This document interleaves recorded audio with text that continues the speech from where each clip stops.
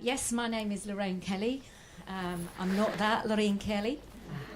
For the Scottish people in the audience, I married a man from Glasgow, so I can certainly do the accent. But I've come today to talk about a culture of courage and some of the issues we've had where I work and some of the solutions that we've come to. And my colleagues are in the audience, so they will back me up, I hope. So I want to just set the scene nationally, some of the challenges we've had at King's Oak and Cavell, and about building a culture of courage and the importance of that. We all know about the Francis and the Berwick report and the various reports that there have been. And even yesterday or the day before on Radio 4 I heard about a surgeon in the West Midlands. So, you know, every day healthcare is certainly out there in the media. And if we're a patient waiting to come into hospital, that obviously must cause patients and their families quite a concern. So I feel that obviously the reasons are different and varied about why these failures have happened in various hospitals. Both private and within the NHS. For me, I feel one of the most important things is that people don't have the courage to act. So when people are told things, whether you're a healthcare assistant, a staff nurse, a ward sister, a director of nursing, for some reason we don't act.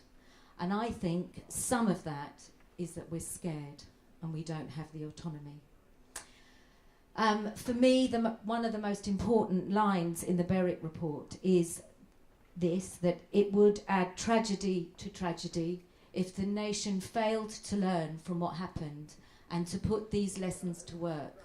Without ever forgetting what has happened, the point now is to move on. And that's very, very true. Where I feel I can make an influence is I'm a director of nursing of 2 private hospitals in North London, in Enfield. And I've used the 6 C's with my teams as a mechanism to drive that courage, to drive and to try and ensure that we have a culture of courage in our hospitals. It's important that if we're told things that we act now. Some of the challenges that we had at King's Oak and Cavell are 2 hospitals. One is King's Oak, which is a BMI hospital, and before I started, about 5 years ago, I'm with the company about 3 years now, but about 5 years ago, King's Oak merged with a Nuffield hospital. So overnight, the 2 teams had been competitors, and we were now going to ask them to work as colleagues. When I started 3 years ago, our KPIs, our key performance indicators, were not being met. Our patient satisfaction results were down. We were 60 hospitals and we were in the bottom 60.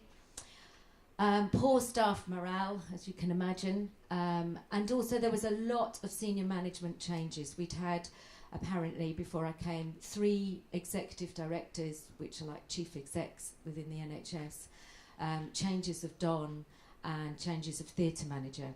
So, you know, it was quite unstable when we started. And in some ways, a blame culture. So to change culture, you need to live, I feel, and breathe it. And we need staff to be brutally honest. So we started with the 6 C's last year, and we branded it. This is something I would not have thought about doing as a nurse. But the chief exec of our 2 hospitals and the director of ops come from a hotel background.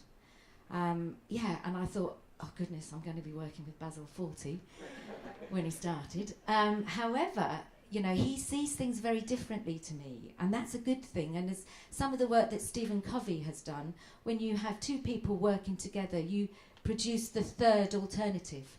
And he said, brand it. You cannot over-communicate a change of culture. So we did.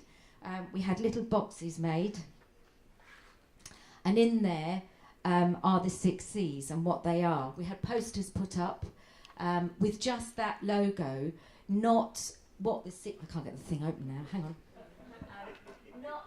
Not what the 6 Cs are. We gave the boxes with the cards on to all the staff. So the receptionists had them, housekeepers, everybody, clinical, non-clinical, everybody.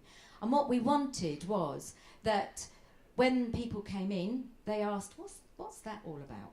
And that the staff knew. When the CQC came, they asked the reception staff, can you explain this? And that's what we wanted. You have to get buy-in from everybody, from your housekeepers, your director of nursing, your consultants. Everybody has to see the vision about this courage of this culture of courage. I keep getting that all round the wrong way. So we did. That's what we did. We put it up. We had it everywhere on both sites. I did a staff questionnaire before we started, and they, 3 minutes, they they talked about they wanted visibility, they didn't want us working in silos, they felt unsupported, and that there was no fun at work. We did ask them to be brutally honest. I developed a patient questionnaire in line with the 6 Cs, and I go round every morning. I don't see all the patients, this is the real world, but you know, 3 or 4 patients most mornings, myself and my deputy will go round and find out what's happening on the ward. That's about wanting to know clinically what's going on, but it's about the staff knowing that I'm going to be there, they can come and talk to me, and having that relationship with them. You know, we had an example where a patient in a room that what do you call it in the sink? Plug. Thank you. The plug didn't fit and the water was escaping through the sink. I was able to stave that complaint, which often snowballs and you get that huge letter, by going and sorting that out with the hotel services manager. We have clinical days once a month to ensure that we have speakers that come in and talk, but it's about reiterating monthly about that courage and reminding them about the 6 Cs.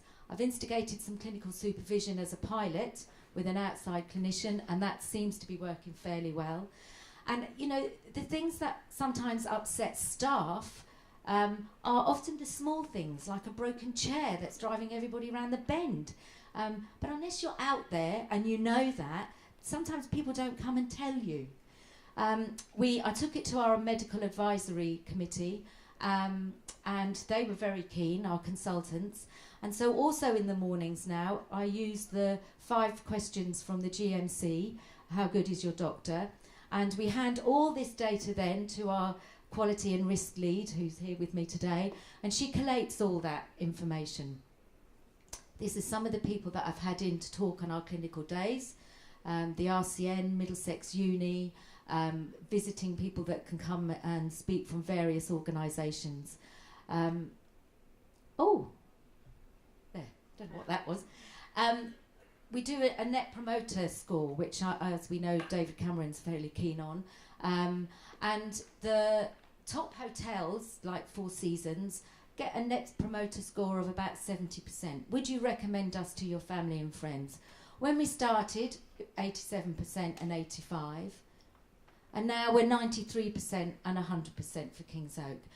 But it's only a snapshot. It's only those 3 or 4 patients we see. So it's not raw data. It's nothing we can publicise, but it gives us a feeling, a trend about what's going on in our hospitals. We do daily recognitions for staff who've gone over and beyond, above and beyond. And the other thing about fun, we did, they've all given me their consent, these staff. There was no fun, they said. And it is important to have fun at work. We're at work most of the time. And if you have a relationship with your staff, they will talk to you. And that includes the consultants. And we've had examples where, our consultants get cross when things don't go right. But if you have a relationship, you can say to them, and that actually happened to me where we had kit delayed for a procedure. Because I'd been out with the consultant and I knew him, I was able to say, listen, go and get a bacon sandwich, we're going to move things round, and then you'll be on at 11 or whenever it was. you know what it's like backstage, you're running around like an idiot, but you don't tell him that. And he went and had a bacon sandwich, came back, and it worked because he knew me. He knew how I cared. It definitely worked. We did an Oscar night for the staff, and I don't know if you can see in the corner, the 6 C's with a menu, which was really good. And we've done pin awards, staff barbecues, and it's been really, really good. Our complaints are trending, which isn't on there, but never mind. Our complaints are trending down.